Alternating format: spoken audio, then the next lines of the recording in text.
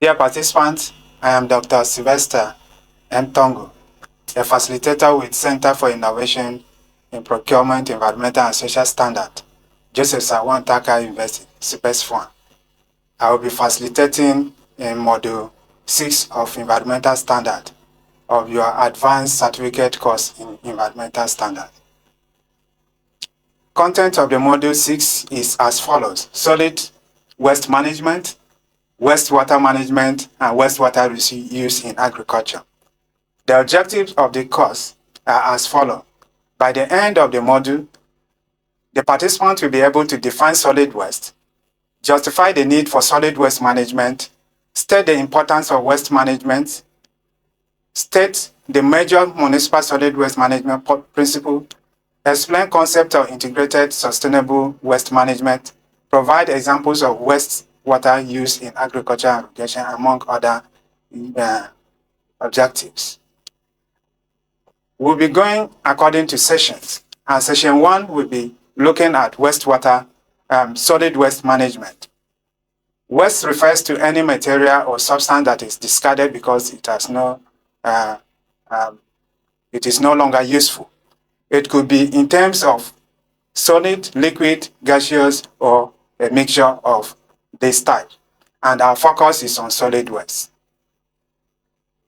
We will consider the aspect of solid waste in terms of justifying the management, solid waste management. Why do we consider solid waste? Because of the problem it constitutes to the environment. Inadequate solid waste management negatively impacts public health, the environment, and tourism. There are general principles for municipal solid waste management strategy, and these are related to sustainable development. The principles are as follows: the prevention principle, precautionary principle, the polluter pay principle, and the proximity and self-sufficiency principle. The major principles of solid waste management are as follows: the institutional framework, collection, recycling, treatment and disposal, financial sustainability, and public awareness. There is a hierarchy of waste management, which ranges from dump to avoid in the desirability order. In between, we have controlled disposal, treatment process, and treat and process, recovery, and minimize, which are in order of desirability. There is an integrated sustainable waste management concept, which revolves around 3 principal dimensions, which are stakeholders, waste system elements, and aspect, as reflected in the figure.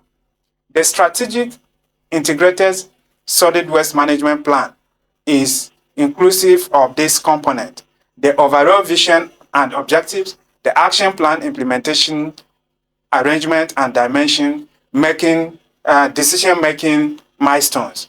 Together, they form the strategic municipal solid waste management plan, and we will consider this in detail. Waste minimization approach is also another component of solid waste management. Waste has to be prevented or minimized as much as possible, and this can be achieved through this aspect: reuse of product, remanufacturing, recovery for recycling, and compositing, but not by treatment.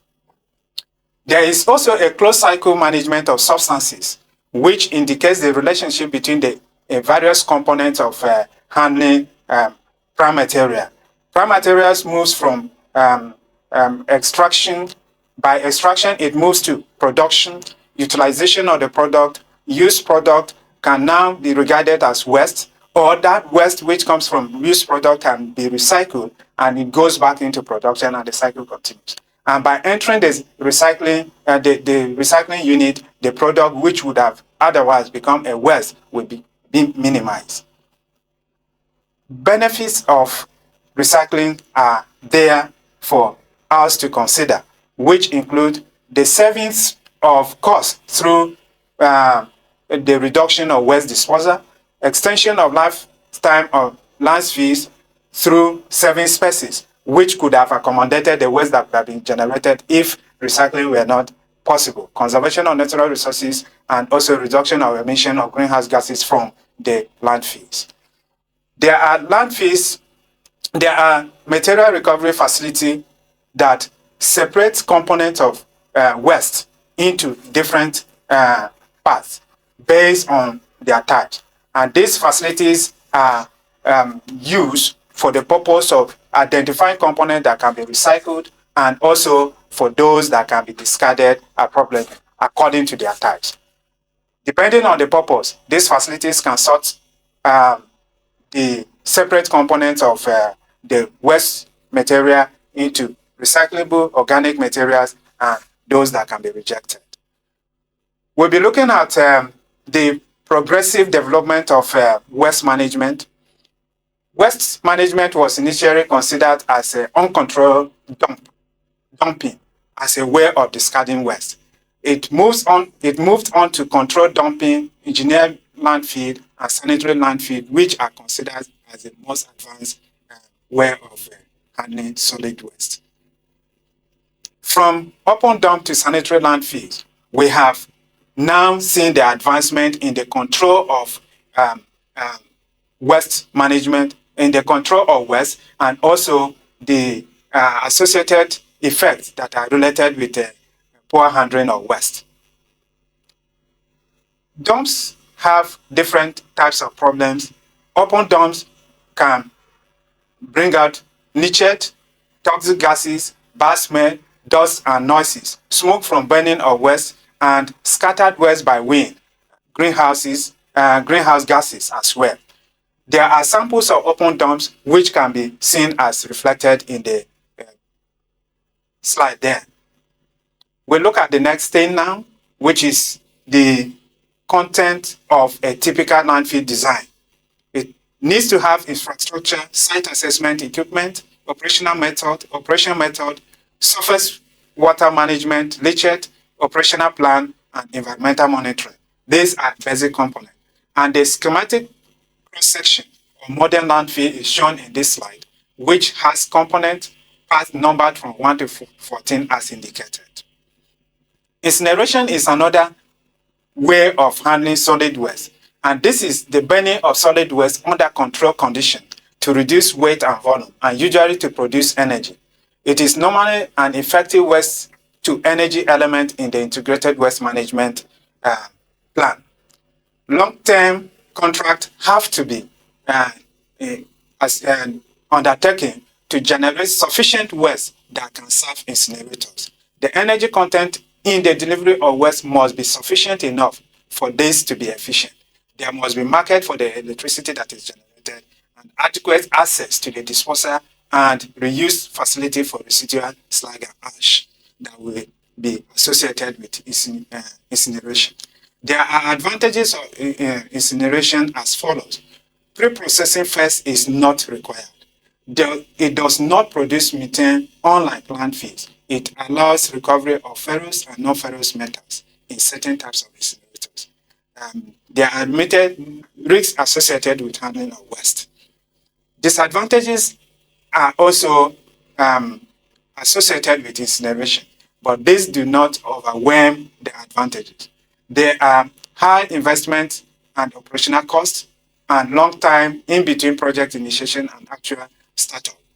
And emissions to the atmosphere are, most instances, toxic contaminants.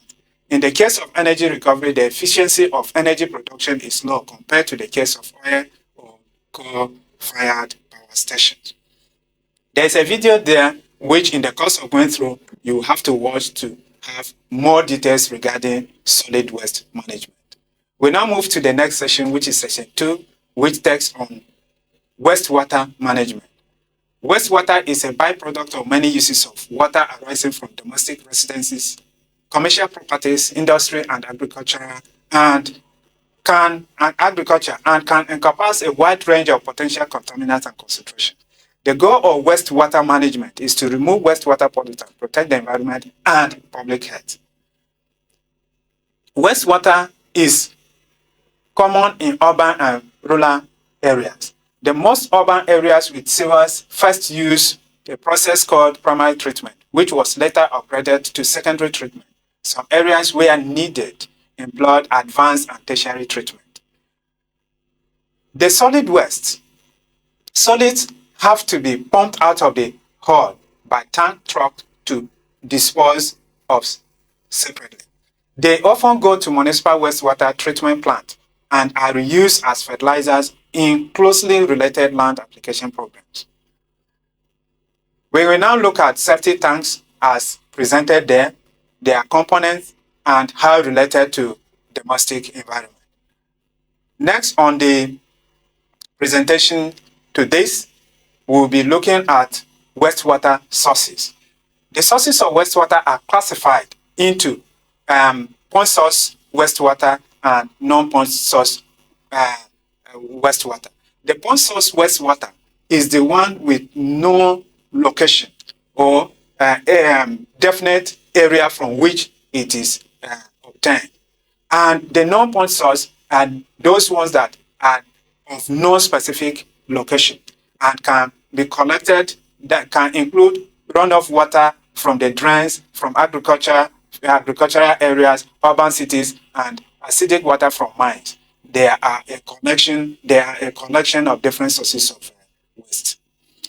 Basic characteristics of wastewater range from physical, chemical, to biological characteristics, which are as presented in the slide as examples. Some wastewater treatment terms are to be considered. In the course of handling wastewater, treatment is very, very essential, and these basic terms are common in wastewater treatment. Aerobic, anaerobic, clarifiers or settling tanks, disinfection, effluent. The details as presented. These are various stages, various processes that are used in the treatment of wastewater. Some wastewater treatment terms are also reflected or shown in this slide, which are influent, biochemical oxygen demand, chemical oxygen demand, and total organic carbon. All of these are common when we are looking at the wastewater treatment.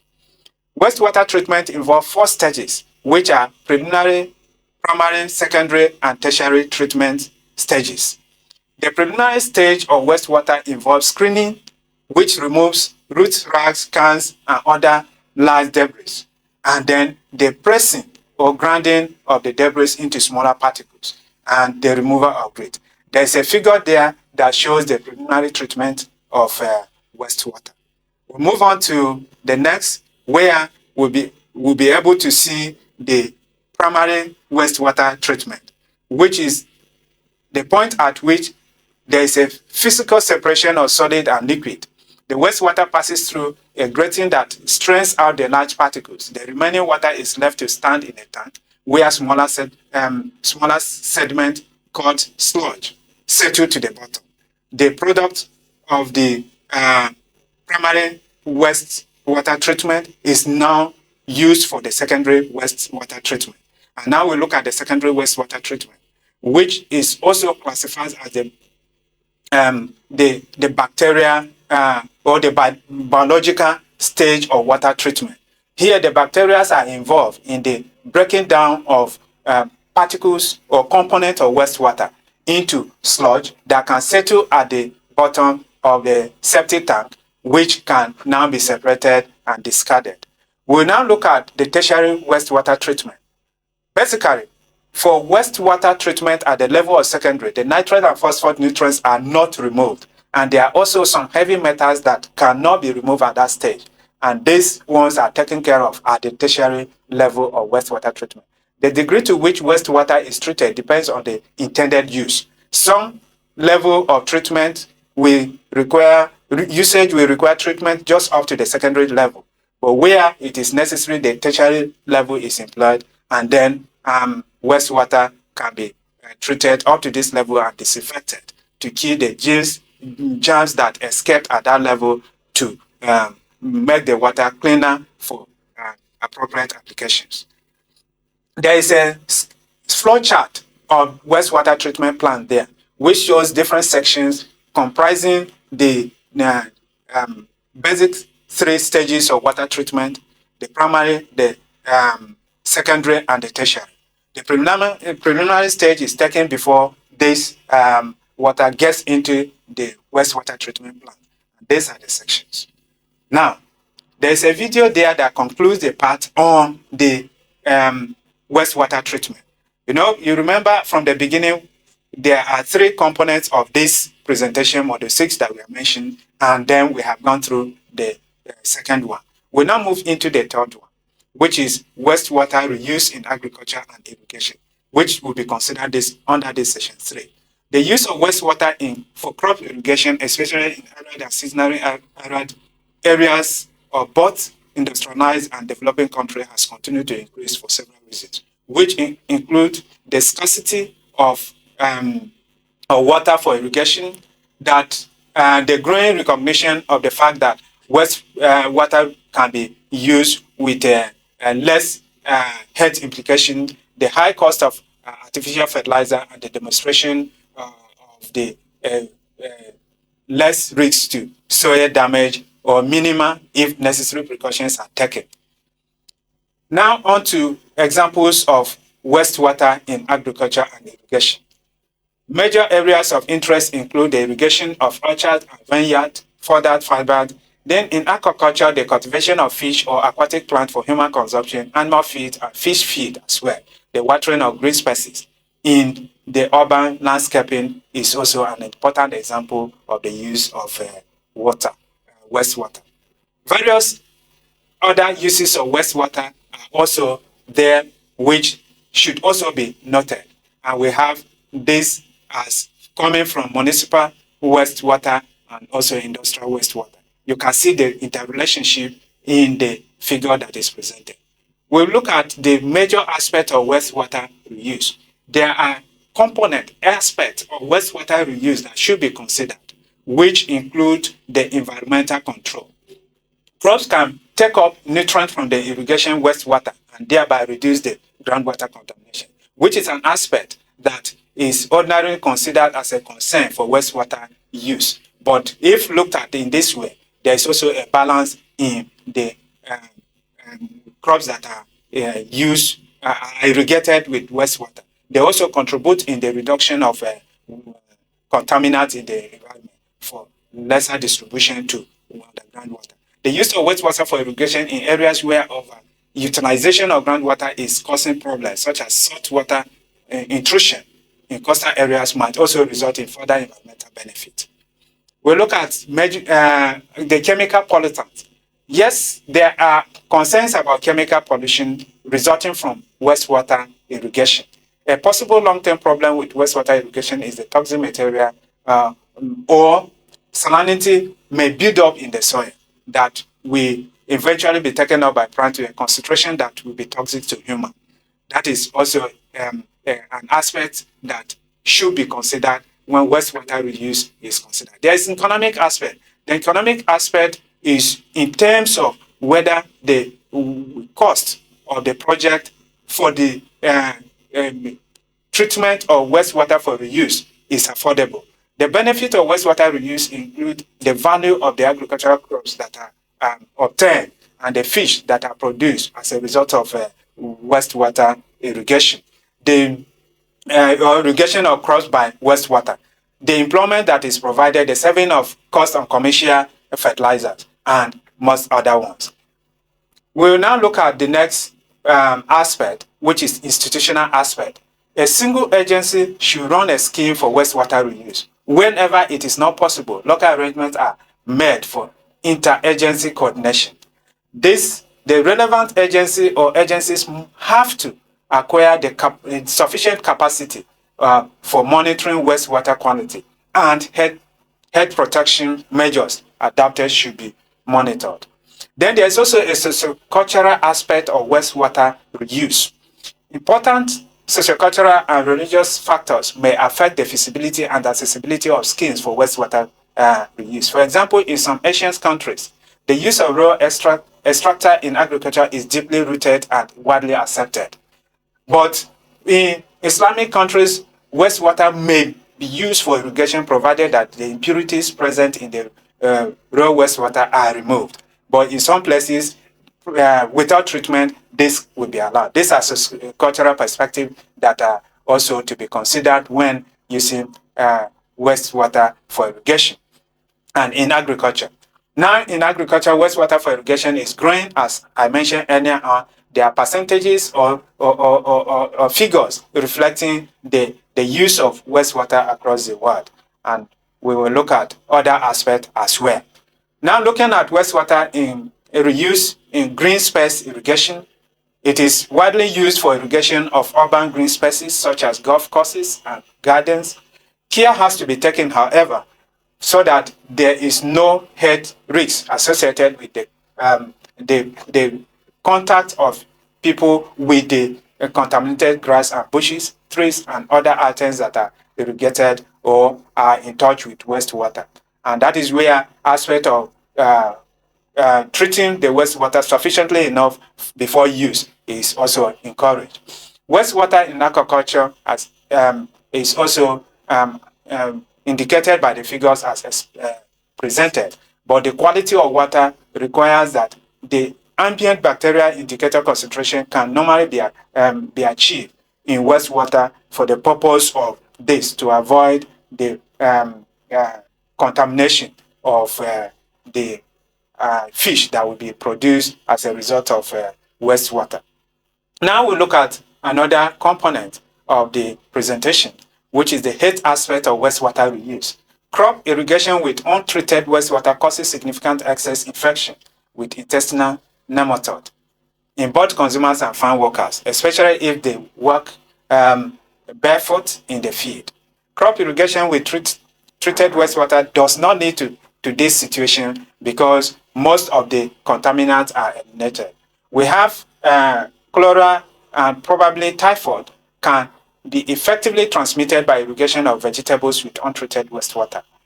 That is to say that not all crops will be encouraged to be irrigated with a certain quality of wastewater. There should be degree of treatment and quality that will be obtained for the purpose of irrigation. Measurement of health risks from wastewater reuse. The agricultural aquacultural use of extractor and wastewater to pose an actual risk to health requires the following to occur. If we are considering that any risk is associated with these